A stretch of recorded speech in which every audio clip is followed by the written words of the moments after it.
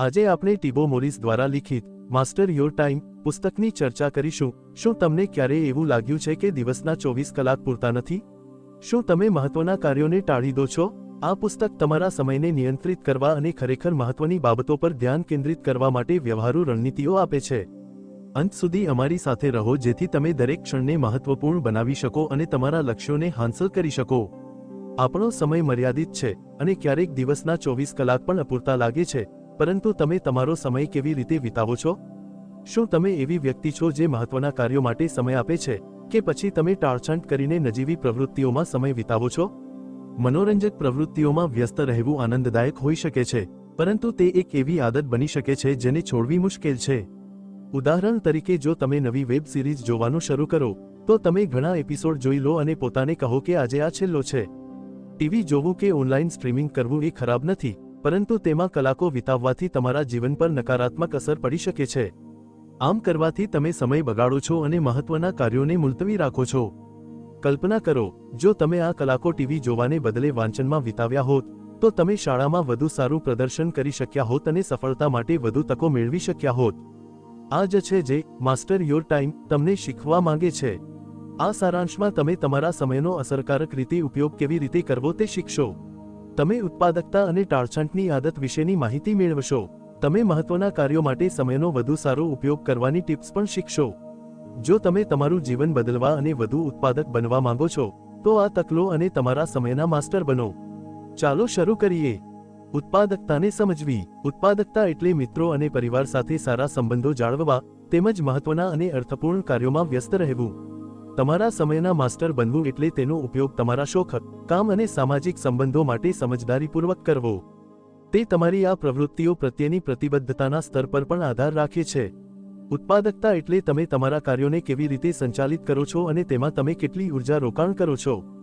ચાલો આને વધુ સારી રીતે સમજીએ। તમારા ઉર્જા સ્તરો દિવસભર બદલાય છે, તેથી તમારી ઉર્જા ક્યારે ઉચ્ચ સ્તરે હોય છે તે ઓળખવું મહત્વપૂર્ણ છે। ઉદાહરણ તરીકે, તમારી ઉર્જા સવારે સાંજ કરતાં વધુ હોઈ શકે છે, તેથી સવારે 1 કલાક મહત્વના કાર્યો માટે આપવાથી તમારી ઉત્પાદકતામાં નોંધપાત્ર વધારો થઈ શકે છે। તમારે કાર્યોને અસરકારક રીતે પૂર્ણ કરવા પર ધ્યાન કેન્દ્રિત કરવું જોઈએ, વિક્ષેપોથી બચવું જોઈએ। તમારી પ્રાથમિકતાઓને ઓળખવાથી તમે કયા કાર્યો પર ધ્યાન આપવું જોઈએ તે નક્કી કરવામાં મદદ મળે છે, જેથી તમે નજીવી પ્રવૃત્તિઓમાં સમય બગાડતા નહીં। ઉર્જા ચક્રમાં 6 તબક્કા હોય છે। પ્રથમ તબક્કામાં તમે ઉર્જા સંચય કરો છો, જે તમે તમારી ઊંઘની ગુણવત્તા સુધારીને, પૌષ્ટિક ખોરાક ખાઈને અને નિયમિત વ્યાયામ કરીને ઉત્પન્ન કરી શકો છો। જ્યારે તમારી પાસે પૂર્ણ ઉર્જા હોય ત્યારે તમારે તેનો ઉપયોગ ક્યાં અને કેવી રીતે કરવો તે જાણવું જોઈએ। બીજા તબક્કામાં તમારે તમારી ઉર્જાને સૌથી મહત્વના કાર્યોમાં નિર્દેશિત કરવી જોઈએ। ચોથા તબક્કામાં તમારે હાથમાં રહેલા કાર્યમાં સંપૂર્ણ રીતે ડૂબી જવું જોઈએ અને વિક્ષેપોને દૂર કરવા જોઈએ। ત્યારબાદ નિયમિત વિરામ લઈને તમારી ઉર્જાને રિચાર્જ કરો અને ચક્રને ફરીથી શરૂ કરો। નીચેના ઉત્પાદકતા સ્તરો તમને સમયનો અસરકારક ઉપયોગ કેવી રીતે કરવો તે સમજવામાં મદદ કરશે। પ્રથમ સ્તર, વિક્ષેપો દૂર કરીને તમારું ધ્યાન સુધારો। બીજું સ્તર, કાર્યોમાં પૂર્ણ ઉત્સાહ સાથે જોડાવા માટે તમારા ઉર્જા સ્તરોને વધારો। ત્રીજું સ્તર, ચોક્કસ દ્રષ્ટિ અને લક્ષ્યો નક્કી કરો જેથી તમે જે કાર્યો પર ધ્યાન આપવું જોઈએ તે ઓળખી શકો। ચોથું સ્તર, ટુ ડુ લિસ્ટ અને સમય માળખું બનાવીને તમારા દિવસનું આયોજન કરો। પાંચમું સ્તર, પરિવાર, મિત્રો અને અન્યો સાથે વાર્તાલાપ કરીને સક્રિય સામાજિક જીવન જાળવો। છઠ્ઠું સ્તર, ઉત્પાદકતા માટે સિસ્ટમના આયોજનના મહત્વ પર પણ ભાર મૂકે છે, પરંતુ આ સિસ્ટમ જટિલ હોવી જરૂરી નથી। લાંબા ગાળા માટે ઉત્પાદકતા સિસ્ટમ બનાવવા અને તેનો ઉપયોગ કરવા માટે અહીં કેટલીક ટિપ્સ આપવામાં આવી છે। પ્રથમ, ઉત્પાદકતા સાધનો વિશે ભૂલી જાઓ। ફક્ત પેન અને કાગળનો ઉપયોગ કરીને આયોજન કરો અને તમારી સિસ્ટમ બનાવો। બીજું, તમારા ઉત્પાદકતા સ્તરો વિશે વિચારો। એક સરળ સિસ્ટમ બનાવો અને તેનો અમલ શરૂ કરો। ચિંતા ન કરો, જેમ જેમ તમે ઉચ્ચ ઉત્પાદકતા સ્તરો પર આગળ વધશો, તમે તમારી સિસ્ટમને સુધારી શકો છો। વધુમાં, ટાળછાંટને સમજવાથી તમે તમારી ઉત્પાદકતા વધારી શકો છો। ટાળછાંટ એ એક એવી આદત છે જે કોઈને પણ નબળું પાડે છે, તેથી તમે શા માટે ટાળછાંટ કરો છો અને પ્રેરણા કેવી રીતે કાર્ય કરે છે તે સમજવું મહત્વપૂર્ણ છે। અહીં કેટલાક કારણો છે જેના લીધે તમે ટાળછાંટ કરી શકો છો। પ્રથમ કારણ, કેટલીક બાબતો અસ્પષ્ટ હોય છે, જેમ કે કાર્યનું મહત્વ, તમારે શું કરવું જોઈએ અને તે કેવી રીતે પૂર્ણ કરવું। આ બદલવા માટે પોતાને પૂછો કે શું તમે ખરેખર માનો છો કે આ કાર્ય મહત્વનું છે। કારણો ઓળખીને નક્કી કરો કે તમારે આ કાર્ય કરવું જોઈએ કે નહીં। આ કારણો ઓળખ્યા પછી જો તમે કાર્ય પૂર્ણ નહીં કરો તો તમારે કયા પરિણામોનો સામનો કરવો પડશે તે વિશે વિચારો. પછી કાર્ય પૂર્ણ કર્યા પછી તમને કેવું લાગશે તે વિશે વિચારો અને એવું માનીને શરૂઆત કરો કે કાર્ય સરળ છે. જો તમને હજુ પણ ખાતરી ન હોય કે શું કરવું, તો તમારા સુપરવાઇઝર્સ પાસે વધુ માહિતી માટે પૂછો અથવા ઓનલાઈન વધુ સારી રીતો શોધો. બીજું કારણ, પ્રેરણા કેવી રીતે કાર્ય કરે છે તે ન જાણવું અને માનસિક અવરોધો હોવા જે તમને રોકે છે. પ્રેરણા એ પ્રેરિત થવા વિશે નથી, તે કાર્ય પર ક્રિયા શરૂ કર્યા પછી આવે છે. માનસિક અવરોધો પણ તમારા શિસ્તમાં દખલ કરે છે. ઉદાહરણ તરીકે, તમે વિચારી શકો કે કાર્ય મુશ્કેલ છે. જ્યારે આવું થાય ત્યારે તમારા કાર્યોની યાદી બનાવો અને તેને નાના ભાગોમાં વિભાજિત કરીને તેના પર ક્રિયા કરો. ત્રીજું કારણ, કાર્ય સારી રીતે ન કરવાનો ડર. આ ડર અનુભવવો ઠીક છે, પરંતુ તેને તમને રોકવા ન દો. તેના બદલે ડરને સ્વીકારો અને કાર્ય પૂર્ણ કરો. યાદ રાખો કે કોઈપણ વસ્તુ હંમેશા વધુ સારી રીતે કરી શકાય છે, તેથી નિષ્ફળતા કે ભૂલોનો ડર રાખવાની જરૂર નથી. ચોથું કારણ, માનસિક કાર્યભાર જે તમને કાર્યોથી ભરાઈ ગયેલા અનુભવે છે. આને દૂર કરવા માટે તમારે પૂર્ણ કરવાના તમામ કાર્યો લખો, તેને સરળથી મુશ્કેલ સુધી વર્ગીકૃત કરો, દરેક કાર્ય માટે સમય ફાળવો અને શક્ય તેટલા વધુ કાર્યો પૂર્ણ કરવાનો પ્રયાસ કરો. હવે જ્યારે તમે ટાળછંટ અને ઉત્પાદકતા સમજી લીધી છે, તો તમે તમારા ધ્યાન, સમય વ્યવસ્થાપન અને ઉર્જા સ્તરોને સુધારવા માટે રણનીતિઓ વિકસાવી શકો છો. ખાતરી કરો કે તમારું માળખું તમારી વાસ્તવિકતા સાથે સંરેખિત છે જેથી તમે તેને અસરકારક રીતે હાંસલ કરી શકો. સમયની ધારણાને અપડેટ કરવી. આપણે હંમેશા વર્તમાનમાં જીવીએ છીએ, છતાં આપણે ભૂતકાળ અને ભવિષ્યને માનસિક મોડેલ તરીકે ઉપયોગ કરીએ છીએ જેથી આપણા સમયનો ઉપયોગ માર્ગદર્શન મળે. જો કે જ્યારે આ માનસિક મોડેલોનો દુરુપયોગ થાય છે, ત્યારે તે આપણી ઉત્પાદકતા પર નકારાત્મક અસર કરે છે. ઉદાહરણ તરીકે, તમે એવી ક્ષણને યાદ કરી શકો છો જ્યારે તમે તમારા વિશે ખરાબ અનુભવ્યું હોય અથવા સ્વદયા અનુભવી હોય. આ પાઠોમાંથી શીખવાને બદલે તમે ભૂતકાળને તમારા વર્તમાનને મર્યાદિત કરવા દો છો. ભૂતકાળને યાદ કરવું ખોટું નથી, પરંતુ તમારે તેનો ઉપયોગ તમારા ભવિષ્યની આગાહી કરવા માટે ન કરવો જોઈએ. તેના બદલે ભૂતકાળના પાઠોનો ઉપયોગ તમારી જાતને મજબૂત કરવા અને તમારી વાસ્તવિકતા સુધારવા માટે કરો. આ તમે તમારી સિદ્ધિઓ પર ચિત્કાર કરીને, તમારા ભૂતકાળ અને વર્તમાન સ્વને અલગ કરીને, તમારી જાતને અને અન્યોને માફ કરીને અને દુઃખદ ઘટનાઓને છોડી દઈને કરી શકો છો. જૂની યાદોને તમારા મનમાંથી દૂર કરીને તમે ભવિષ્ય માટે આયોજન શરૂ કરી શકો છો. તમે શું બનવા માંગો છો તે પ્રોજેક્ટ કરો અને તેને વાસ્તવિકતા બનાવવા માટે તમારી ક્રિયાઓનું આયોજન કરો. વિક્ષેપોને ઓળખીને અને દૂર કરીને તમારા માટે સ્પષ્ટ માર્ગ બનાવો. સંભવિત સમસ્યાઓની અપેક્ષા રાખો અને વૈકલ્પિક ઉકેલો તૈયાર રાખો. એકવાર તમારું આયોજન પૂર્ણ થઈ જાય તો ક્રિયા શરૂ કરો. તમે તમારા લક્ષ્યોનું દ્રશ્ય ચિત્રણ કરીને અને તેના વિશે ઉત્સાહિત થઈને આ કરી શકો છો, જે તમને જરૂરી કાર્યો પૂર્ણ કરવા માટે પ્રેરણા આપશે. યાદ રાખો, ભવિષ્યનું આયોજન કરતી વખતે નકારાત્મકતા વિશે ચિંતા કરવાનું બંધ કરો. તેના બદલે તમારા ભવિષ્યના લક્ષ્યોને બરાબર તમે ઈચ્છો તેમ થતા હોવાની કલ્પના કરો. હવે જ્યારે તમે ભૂતકાળનો દુરુપયોગ કરવાનું બંધ કર્યું છે, તો તમે વર્તમાન પર ધ્યાન કેન્દ્રિત કરી શકો છો, કારણ કે અહીં જાદુ થાય છે. તમે આજે શું હાંસલ કરવા માંગો છો તે વિશે સ્પષ્ટ રહો. દિવસને કંઈક મહત્વનું કર્યા વિના પસાર થવા ન દો. આ દિવસને તમારા માઇક્રોલાઇફ તરીકે ગણો, જે તમારા મેક્રોલાઇફને બનાવવામાં મદદ કરે છે. જો તમે આ દિવસ નજીવા કાર્યોમાં વિતાવશો, તો તમારું માઇક્રોલાઇફ અર્થહીન થઈ જશે. શું આ તમને તમારા મોટા લક્ષ્યો હાંસલ કરવામાં મદદ કરશે? ના. તેથી પડકારજનક, મૂલ્ય ઉમેરતી, યાદગાર પ્રવૃત્તિઓમાં વ્યસ્ત રહીને તમારા ઈરાદાઓને મજબૂત કરો જે તમારા સ્વાસ્થ્યને સુધારે. આમ કરવાથી તમે આ સમય પર પાછળ જોશો ત્યારે તમને ગર્વ થશે. પરંતુ તમે કેવી રીતે ખાતરી કરશો કે તમે તમારો સમય સમજદારીપૂર્વક રોકાણ કરો છો? તમારી વર્તમાન ઉર્જાને કંઈક ઉત્પાદકમાં નિર્દેશિત કરીને. ઉદાહરણ તરીકે, ભવિષ્યમાં ઉપયોગી થઈ શકે તેવી કુશળતા શીખો અથવા તમારા માનસિક અને શારીરિક સ્વાસ્થ્યને જાળવવામાં મદદ કરો. આ રીતે તમે નેટફ્લિક્સ જોવા કે વિડિયો ગેમ્સ રમવાને બદલે તમારો સમય અર્થપૂર્ણ પ્રવૃત્તિઓમાં વિતાવી શકો છો. યાદ રાખો, નજીવા કાર્યોમાં વેડફાયેલી ઉર્જાને પાછી મેળવી શકાતી નથી. તમારે ફક્ત તમારો સમય સમજદારીપૂર્વક ઉપયોગ કરવાની જરૂર છે. ઉદાહરણ તરીકે, નેટફ્લિક્સ 4 કલાક જોવાને બદલે 1 કલાક જુઓ અને બાકીના 3 કલાક મહત્વના કાર્યોમાં વિતાવો. તમે તમારી પ્રવૃત્તિ પણ બદલી શકો છો, જેમ કે કંઈક જોવાને બદલે પુસ્તક વાંચવું, જેથી તમારા ભવિષ્ય અને જીવનમાં અર્થપૂર્ણ યોગદાન આપી શકાય. સમયનો સમજદારીપૂર્વક ઉપયોગ કરવા ઉપરાંત, યાદ રાખો કે લાંબા ગાળાનું વિચારવું તમને સફળતાનો વધુ સારો અંદાજો આપે છે. જો તમારી પાસે સ્પષ્ટ લક્ષ્ય હોય, તો તમે વર્તમાન પર ધ્યાન કેન્દ્રિત કરી શકો છો અને વધુ સારા નિર્ણયો લઈ શકો છો. સફળતાની બીજી ચાવી સાતત્ય છે. તમે દરરોજ શું કરો છો તે ઘણું મહત્વ રાખે છે. ઉદાહરણ તરીકે, જો તમે કોઈ વિદેશી ભાષા શીખી રહ્યા છો અને દરરોજ તમારી કુશળતા સુધારવા માટે કામ કરો છો, તો સમય જતાં તમે તમારી પ્રગતિ પર આશ્ચર્યચકિત થઈ જશો અને જોશો કે તમે પહેલા કરતાં ઘણું વધારે શીખ્યા છો. લાંબા ગાળાનું વિચારવું અને સાતત્ય જાળવવું સરળ નથી, પરંતુ ઓછામાં ઓછું તમે દરરોજ કંઈક કરવાનો પ્રયાસ કરશો. યાદ રાખો, દરરોજ નાના પગલાં લેવાથી તમે તમારા લક્ષ્યો સુધી પહોંચશો. ઉત્પાદકતા તરફ આગળ વધવા માટે તાકીદ એ બીજી રીત છે. જો તમે આ પદ્ધતિનો ઉપયોગ નહીં કરો, તો તમે ટાળછંટ કરતા રહેશો, તમારી પ્રગતિ, લક્ષ્યો અને ભવિષ્યને વિલંબમાં રાખશો. તેથી તમારી જાતને આરામ કરવા માટે વધુ પડતો સમય આપવાનું બંધ કરવું વધુ સારું છે. તમે 90 દિવસનો સમયગાળો ઉપયોગ કરીને તમારી જાતને આગળ ધપાવી શકો છો અને સારી પ્રગતિ કરી શકો છો. 90 દિવસ કે 3 મહિના એક લક્ષ્ય હાંસલ કરવા માટે પૂરતો સમય છે. તમારો પ્રથમ દિવસ મુલતવી રાખવાને બદલે તમારી જાતને હવે શરૂ કરવા માટે દબાણ કરો અને 4 દિવસનું કામ ફક્ત 1 દિવસમાં પૂર્ણ કરો. બીજી પદ્ધતિ એ છે કે વારંવાર ડેડલાઇન સેટ કરવી. તમારા લક્ષ્યોને નાના લક્ષ્યોમાં વિભાજિત કરો અને તેને દરરોજ હાંસલ કરો. ઉદાહરણ તરીકે, જો તમે એક પુસ્તક લખી રહ્યા છો, તો આ પ્રવૃત્તિને રૂપરેખા પૂર્ણ કરવી, પ્રથમ ડ્રાફ્ટ બનાવવું અને હસ્તપ્રત સંપાદન કરવું જેવા કાર્યોમાં વિભાજિત કરો. આ રીતે તમે તમારી પ્રગતિને ટ્રેક કરી શકો છો અને નાની સફળતાઓ દ્વારા પ્રેરિત રહી શકો છો.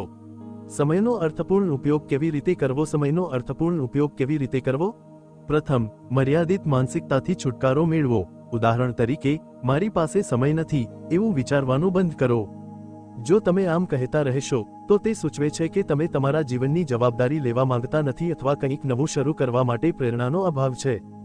જો તમે આ માનસિકતા સાથે ચાલુ રાખશો, તો કંઈ બદલાશે નહીં કારણ કે તમે કોઈ ફેરફાર લાવવા માટે તૈયાર નથી. તમે કંઈ પણ કરતા પહેલા પ્રેરણાની રાહ પણ જોતા હશો. જ્યારે તમે વિચારો છો કે તમને લક્ષ્ય પર ધ્યાન કેન્દ્રિત કરવા માટે સમય મળતો નથી, તેનો અર્થ એ છે કે તમે આળસ કરી રહ્યા છો. તે એક બીજી રીત છે જેમાં કહેવું કે કાર્ય એટલું મહત્વનું નથી, તેથી તમારી પાસે તે માટે સમય નથી. મારી પાસે સમય નથી કહેવાને બદલે વધુ સશક્ત નિવેદનોનો ઉપયોગ કરો, જેમ કે, મારી પાસે હમણાં ઘણું કામ છે, આ કાર્ય માટે હવે સમય નથી, પરંતુ જેમ જેમ હું પેન્ડિંગ કામ પૂર્ણ કરીશ, હું તે માટે સમય કાઢીશ. બીજું, તમે વિવિધ કાર્યોમાં તમારો સમય કેવી રીતે વિતાવો છો તેની જાગૃતિ રાખો.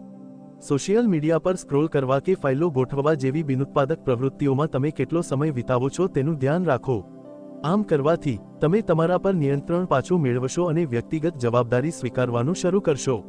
તમે તમારો સમય વધુ અસરકારક રીતે ઉપયોગ કરશો અને કાર્યો ઉત્પાદક રીતે પૂર્ણ કરશો. ત્રીજું, ખરેખર ઉત્પાદક બનો. ખાતરી કરો કે તમે દરરોજ જે કાર્યો કરો છો તે તમારા લાંબા ગાળાના લક્ષ્યો સાથે સંરેખિત છે. તમે પોતાને પૂછી શકો છો, જો હું આજે આ કાર્ય ચાલુ રાખીશ, તો શું મારી કારકિર્દી 5 કે 10 વર્ષ પછી સફળ થશે? જો તમારો જવાબ ના હોય, તો કેટલાક ફેરફારો કરો. તમારે તમારી પ્રાથમિકતાઓ ઓળખવાની જરૂર છે, પછી તે કાર્યો પૂર્ણ કરવા માટે તમારી શક્તિઓ અને ક્ષમતાઓ શોધો. આગળ, તમે જે ચોક્કસ પ્રવૃત્તિઓનો આનંદ માણો છો તે વિશે વિચારીને તમારા જુસ્સાને મુક્ત કરો, જેથી તમે દરરોજ કરવા જોઈએ તે કાર્યોની સ્પષ્ટ દ્રષ્ટિ બનાવી શકો. આ ટિપ્સને અનુસરો. કાર્ય તમારા માટે રોમાંચક હોવું જોઈએ જેથી તમે તે કરતી વખતે કંટાળો ન અનુભવો. તમારી લક્ષ્ય પ્રવૃત્તિ સ્પષ્ટ હોવી જોઈએ જેથી તમે જાણો કે ક્યાં ધ્યાન કેન્દ્રિત કરવું અને ક્યાં નહીં. તે તમારા મૂળ મૂલ્યો અને જીવન ફિલસૂફી સાથે સંરેખિત હોવું જોઈએ.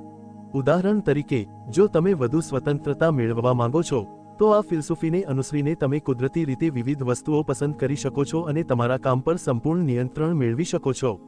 તમારું કામ તમને જીવંત અનુભવવું જોઈએ કારણ કે તમે તેને તમારા મૂલ્યો અને કુશળતા સાથે કરી રહ્યા છો. એવા કાર્યો શોધો જે તમને પડકાર આપે, જ્યાં તમે તમારા આરામ ઝોનમાંથી બહાર નીકળી શકો અને કંઈક નવું અજમાવી શકો. આમ કરવાથી તમે તમારા વિશે વધુ જાણશો અને તમારા જીવનના દરેક ક્ષેત્રમાં ફેરફારો લાવશો. સમયને ગુણાકાર કરવા માટે અસરકારક ઉપયોગ. તમારા સમયને ગુણાકાર કરવા માટે આ ટિપ્સને ધ્યાનમાં રાખો. મદદ લો. બધું જાતે કરવાને બદલે મદદ માટે પૂછો.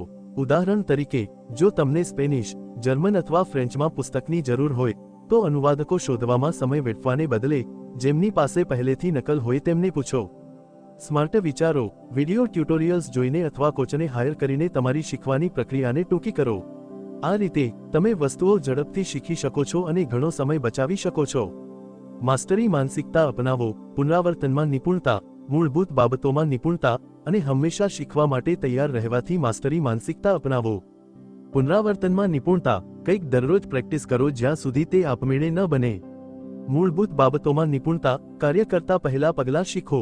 ઉદાહરણ તરીકે, ઈજાઓ ટાળવા માટે વજનના વ્યાયામ કેવી રીતે યોગ્ય રીતે કરવા તે શીખો, અથવા માહિતીને જાળવી રાખવા માટે અસરકારક અભ્યાસ ટિપ્સ શીખો. યાદ રાખો, જો તમે મૂળભૂત બાબતો ભૂલી જાઓ અને કંઈક ભૂલી જાઓ, તો તમારી પાસે સંદર્ભ માટે માર્ગદર્શિકા નહીં હોય. શીખવા માટે તૈયાર રહો. સતત શીખવાથી તમે તમારી જાતને વિકાસ અને પ્રગતિની તક આપો છો. સૌથી મહત્વની બાબતો પર ધ્યાન કેન્દ્રિત કરો. તમારા જીવન પર સૌથી વધુ અસર કરતા કાર્યોને પ્રાથમિકતા આપો. કાર્ય જરૂરી છે કે નહીં તે તેની તાકીદ અને મહત્વને ધ્યાનમાં લઈને નક્કી કરો. તેને પૂર્ણ કરવાની શ્રેષ્ઠ રીત શોધો. સમાન કાર્યોને એકસાથે જૂથબદ્ધ કરો અને તમારા કામને વ્યવસ્થિત કરવા માટે ચેકલિસ્ટનો ઉપયોગ કરો. તમારી કુશળતા સુધારો. તમારા સમયને ગુણાકાર કરવા માટે તમારી હાલની કુશળતાને સુધારો અથવા નવી કુશળતા શીખો. તમારી કુશળતાને ઓળખો અને તેને વધારી શકે તેવા કાર્યો પસંદ કરો. ઉદાહરણ તરીકે, જો તમારે ઓફિસમાં ગૂગલ સ્પ્રેડશીટ્સ પર કામ કરવાની જરૂર હોય, તો તેનો અસરકારક રીતે ઉપયોગ કેવી રીતે કરવો તે શીખવા માટે ટૂંકો કોર્સ લો અથવા યુટ્યુબ વિડિયો જુઓ. સમજદારીપૂર્વક બચત અને રોકાણ કરો. એકવાર તમે તમારો સમય અસરકારક રીતે ઉપયોગ કરવાનું શીખી જાઓ, તો તેને બચાવીને સંગ્રહ કરવાનું શરૂ કરો. પૈસા ભવિષ્યમાં વિવિધ તકો પૂરી પાડી શકે છે. તમે તેને વ્યવસાય અથવા તમારી કારકિર્દીમાં રોકાણ કરી શકો છો. સમય સાથે, પૈસા તમારા વિકલ્પોને ગુણાકાર કરે છે. તમારી પગારના આધારે તમારા ખર્ચનું સંચાલન કરીને સ્માર્ટ ગ્રાહક બનો. ઉદાહરણ તરીકે, જો તમે $900નો ફોન ખરીદવા માંગો છો પરંતુ તમે ફક્ત $15 પ્રતિ કલાક કમાઓ છો, તો તે રકમ કમાવવા માટે તમારે કેટલો સમય અને પ્રયત્ન કરવો પડશે તે વિશે વિચારો. પછી, પોતાને પૂછો કે ફોન પર આટલું ખર્ચ કરવું યોગ્ય છે કે સસ્તું મોડેલ પૂરતું હશે. સમય બચાવવા માટે પૈસાનો ઉપયોગ કરો. તમારા સમયનું મૂલ્ય જાળવી રાખીને, તમે સમય બચાવવા માટે પૈસાનો ઉપયોગ કરી શકો છો. આમાં નવી કુશળતા શીખવી અથવા તમારા વ્યવસાય કે નોકરીની સાથે વધારાનું કામ લેવાનો સમાવેશ થઈ શકે છે. તમે જેટલો વધુ સમય મૂલ્યવાન વસ્તુઓમાં વિતાવશો, તેટલા વધુ પૈસા તમે કમાશો.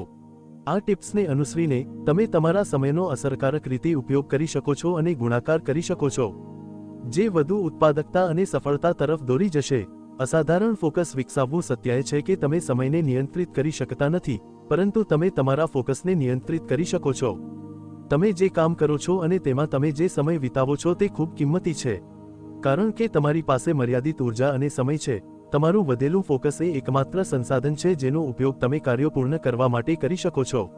યાદ રાખો, જ્યારે તમે ફોકસ કરો છો, ત્યારે આ બાબતો ટાળો. ટાસ્ક સ્વિચિંગ, એક કાર્યથી બીજા કાર્ય પર કૂદવું નહીં, કારણ કે તે તમારી એકાગ્રતાની ગતિને તોડે છે. વિક્ષેપો, તમારા ફોકસના કલાક દરમિયાન કંઈ પણ તમને વિક્ષેપ ન પાડે તે ટાળો, કારણ કે ફોકસ પાછું મેળવવું મુશ્કેલ હશે. ઈમેલ્સ અને નોટિફિકેશન્સ તપાસવું, આ ફક્ત તમને વિચલિત કરશે અને તમારું ધ્યાન વેરવિખેર કરશે. શરૂઆતમાં બિનજરૂરી કાર્યો, નજીવા કાર્યો પર ધ્યાન ન આપો, કારણ કે તે તમારી ઉર્જાને ખતમ કરશે. તેના બદલે, મહત્વના કાર્યો પર તમારી ઉર્જા અને ફોકસનો ઉપયોગ કરો. વધુ ઉત્પાદક બનવા માટે તમારા ફોકસ સાથે આ ટિપ્સ મદદ કરી શકે છે. યોગ્ય કાર્ય ઓળખો. યોગ્ય કાર્ય ઓળખો અને તેના પર ઓછામાં ઓછા 45 મિનિટ સુધી ફોકસ કરો. ડીપ કોન્સન્ટ્રેશનનો અભ્યાસ કરો. ડીપ કોન્સન્ટ્રેશનનો અભ્યાસ કરો અને બધા વિક્ષેપોને દૂર કરવાનો પ્રયાસ કરો. 80/20 સિદ્ધાંત લાગુ કરો.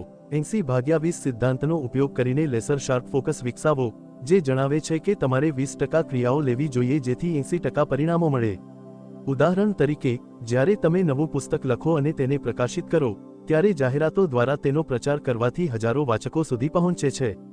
આ પ્રચાર એક માર્કેટિંગ ટૂલ બને છે જે તમારા સમય અને પ્રયત્નના ફક્ત 20% લે છે, પરંતુ તમને વાચકોમાંથી 80% પરિણામો મળે છે જેઓ તમારું પુસ્તક ખરીદે છે. પોતાને પૂછો કે શું 80/20 સિદ્ધાંત તમારા કામ પર લાગુ પડે છે. જો નહીં, તો આગલી વખતે એવા કાર્યો પર ધ્યાન કેન્દ્રિત કરો જે વધુ લાભ આપે. 80/20 સિદ્ધાંત ઉપરાંત, ફ્લો સ્ટેટને સમજવું અને હાંસલ કરવું તમને ફોકસ વિકસાવવામાં મદદ કરી શકે છે. ફ્લો સ્ટેટ એ છે જ્યારે તમારું મગજ કાર્યમાં સંપૂર્ણ રીતે ડૂબી જાય છે. જ્યારે તમે કામ કરતી વખતે સમયનો ખ્યાલ ગુમાવો છો, ત્યારે તમે ફ્લો સ્ટેટમાં હોવ છો કારણ કે તમે તમારા કામનો આનંદ માણી રહ્યા છો. આ સ્થિતિમાં, તમારું માનસિક ફોકસ કુદરતી રીતે બધા વિક્ષેપો અને નકારાત્મકતાને દૂર કરે છે. હવે જ્યારે તમે ફ્લો સ્ટેટના ફાયદાઓ જાણો છો, તો ચાલો તમારા મનને આ સ્થિતિમાં પ્રવેશવામાં મદદ કરે તેવા પગલાંની ચર્ચા કરીએ. દૈનિક રૂટીન બનાવો અને તેનું સખતપણે પાલન કરો. પ્રેરણાની રાહ ન જુઓ, ફક્ત કામ શરૂ કરો. દરરોજ એક જ સમયે અને સ્થળે તમારા રૂટીનને અનુસરો. તમારા રૂટીન શરૂ કરવા માટે ટ્રિગરનો ઉપયોગ કરો. જેમ કે કામ પહેલાં ધ્યાન કરવું, જેથી તમારું મન ફોકસ માટે તૈયાર થાય. વિક્ષેપો દૂર કરો, નોટિફિકેશન્સ બંધ કરો, હેડફોન પહેરો અને તમારી આસપાસના લોકોને તમને ખલેલ ન પહોંચાડવા કહો. આ તમારા ફ્લો સ્ટેટને જાળવવામાં મદદ કરે છે, જેનાથી તમે વિક્ષેપો વિના કામ કરી શકો છો. કામ ઉપરાંત ફોકસ કરવાની તમારી ક્ષમતાને વધારતી પ્રવૃત્તિઓમાં વ્યસ્ત રહો. આમાં તમને આનંદ આપતા શોખને અનુસરવું, એકાગ્રતા સુધારવા માટે પુસ્તકો વાંચવું, તમારી જાતને કંટાળો અનુભવવા દેવું અથવા નિયમિત વિરામ લેવાનો સમાવેશ થઈ શકે છે. આ રણનીતિઓ લાગુ કરીને તમે અસાધારણ ફોકસ વિકસાવી શકો છો, જે તમને તમારા કાર્યોમાં વધુ ઉત્પાદક અને કાર્યક્ષમ બનાવશે. નિષ્કર્ષ. પ્રથમ, તમે શીખ્યા કે ઉત્પાદકતા એટલે યોગ્ય સમયે યોગ્ય કાર્યોમાં તમારી ઉર્જાને નિર્દેશિત કરવી. આ મહત્વના કાર્યોને ઓળખીને, તમારા ઉર્જા સ્તરોને વધારીને અને તમારા ફોકસને વધારવા માટે વિક્ષેપોને દૂર કરીને હાંસલ કરી શકાય છે. બીજું, તમે સમજ્યા કે સમય અત્યંત કિંમતી છે. તમારે તમારો સમય અને ઉર્જા ભૂતકાળ કે ભવિષ્યમાં વેડફવી ન જોઈએ. તેના બદલે વર્તમાન પર ધ્યાન કેન્દ્રિત કરો, ભૂતકાળમાંથી શીખેલા પાઠો અને ભવિષ્ય માટે બનાવેલી યોજનાઓ લાગુ કરો. ત્રીજું, તમે શીખ્યા કે સમયનો અસરકારક રીતે ઉપયોગ કેવી રીતે કરવો. આમાં તમારા જીવનની સંપૂર્ણ જવાબદારી લેવી, મહત્વના કાર્યોમાં સમય વિતાવવો અને મર્યાદિત વિચારોને ટાળીને નિયંત્રણ પાછું મેળવવું શામેલ છે. ચોથું, તમે શીખ્યા કે તમારો સમય કેવી રીતે મહત્તમ કરવો. એકલા કરવાનો પ્રયાસ કરતા કાર્યો માટે મદદ લઈને સમય બચાવો, સ્પષ્ટ માર્ગદર્શિકાઓ માટે મૂળભૂત બાબતોમાં નિપુણતા મેળવો. વધુમાં, તમારી કુશળતાને સુધારવા માટે પ્રવૃત્તિઓમાં સમયનું રોકાણ કરો. પાંચમું, તમે સમજ્યા કે સમયનો અસરકારક ઉપયોગ કરવા માટે ફોકસ નિર્ણાયક છે. તમે 80/20 સિદ્ધાંત લાગુ કરી શકો છો અને ફ્લો સ્ટેટમાં પ્રવેશ કરીને તમારા સમયનો મહત્તમ ઉપયોગ કરી શકો છો. સારમાં, તમારા સમયને સમજવું અત્યંત મહત્વપૂર્ણ છે. તે તમને તમારા જીવન પર નિયંત્રણ મેળવવાની તક આપે છે. યાદ રાખો, તમે ખર્ચેલો સમય પાછો મેળવી શકતા નથી. દરેક ક્ષણને સમજદારીપૂર્વક ઉપયોગ કરો અને દરરોજ ઉત્પાદક બનવાનો પ્રયત્ન કરો. ટિબો મોરિસ દ્વારા લિખિત માસ્ટર યોર ટાઈમ ના અમારા આ સારાંશને સાંભળવા બદલ આભાર. અમે આશા રાખીએ છીએ કે આ આંતરદૃષ્ટિ તમને તમારા સમય પર નિયંત્રણ મેળવવા અને તમારી ઉત્પાદકતા વધારવા માટે પ્રેરણા આપશે. યાદ રાખો, દરેક ક્ષણ કિંમતી છે અને તમારા સમયમાં નિપુણતા મેળવવી એ તમારા સપનાઓને હાંસલ કરવાની ચાવી છે. જો તમને આ સારાંશ મદદરૂપ લાગ્યો હોય, તો કૃપા કરીને અમારી ચેનલને લાઇક કરો, શેર કરો અને સબસ્ક્રાઇબ કરો, જેથી તમને વધુ પ્રેરણાદાયી સામગ્રી મળી શકે. ટિપ્પણીઓમાં અમને જણાવો કે તમે આ રણનીતિઓને તમારા રોજિંદા જીવનમાં કેવી રીતે અમલમાં મૂકવાનું આયોજન કરો છો. ત્યાં સુધી, ઉત્પાદક રહો અને તમારા સમયમાં નિપુણતા મેળવતા